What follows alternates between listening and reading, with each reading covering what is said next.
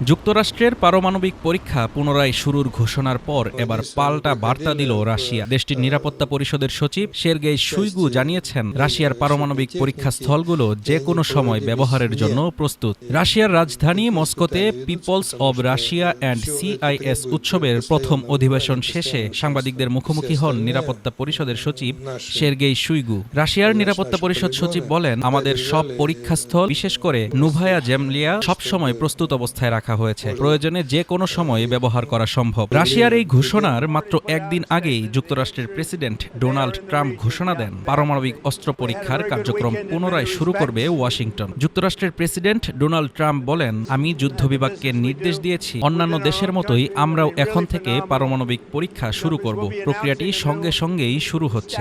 রুশ নিরাপত্তা সচিব বলেন, পারমাণবিক অস্ত্রের গাণিতিক ও কম্পিউটেশনাল পরীক্ষা প্রতিনিয়ত চলমান, যা কোনো দেশেই এক মুহূর্তের জন্য বন্ধ থাকে না।